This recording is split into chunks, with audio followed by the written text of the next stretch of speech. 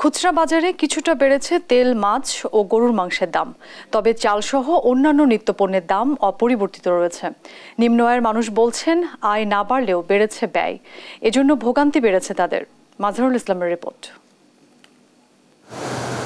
পণ্যের দাম নিয়ে মিশ্র প্রতিক্রিয়া বাজারে। বিক্রেতাদের দাবি, ঈদের পর তেল ছাড়া বাড়েনি আর কোনো পণ্যের দাম। তবে ক্রেতারা বলছেন, গরমের সাথে পাল্লা দিয়ে বাড়ছে পণ্যের দাম।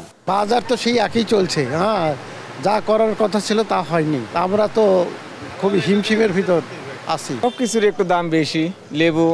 লেবুর দামও বলতেছে একটু বেশি, 90 টাকা 80 টাকা ডজন চায়, এক ডজনের।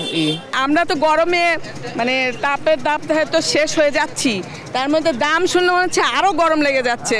স্বস্তি আছে সবজির বাজারে। দাম কমেছে প্রায় সব ধরনের সবজির। কমেছে ব্রয়লার মুরগির দামও। কেজিতে দাম কমেছে 30 থেকে 40 টাকা। তবে ঊর্ধ্বমুখী মাছ, কক মুরগি আর গরুর মাংসের দাম। গরুর মাংস বিক্রি হচ্ছে 750 থেকে 780 টাকায়, আর কক মুরগি 20 টাকা বেড়ে 360 থেকে 380 টাকা।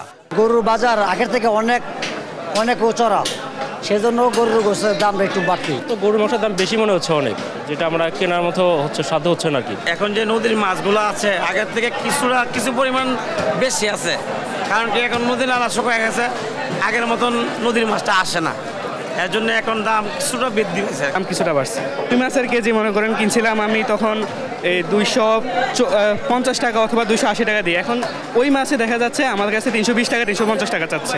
স্থিতিশীল রয়েছে চালের বাজার। পুরাতন মিনিকেট চাল বিক্রি হচ্ছে 70 থেকে 72 টাকায়, তবে নতুন চাল বিক্রি হচ্ছে 66 থেকে 68 টাকায়। নতুন চালের সরবরাহ বাড়লে দাম আরো কমবে বাজারে। এখন বর্তমানে পুরান চালের দামটা আগের রেডি আছে, বিক্রি করতেছে, আর নতুন বাজার কিছু আছে 2-1 টাকা প্রতি কেজিতে কম দেখা যাচ্ছে। ঈদের পরে এখনো পুরান চাউলও আছে, তবে রেট আর বাড়েনি, এখন চালের দাম কমে গেছে। আর নতুন চাল আস্তে আস্তে আমদানি হইতে আসছে, বাজারে কিছুটা আসছে, তো ওগুলো চালের দামও রেট একটু কমে গেছে।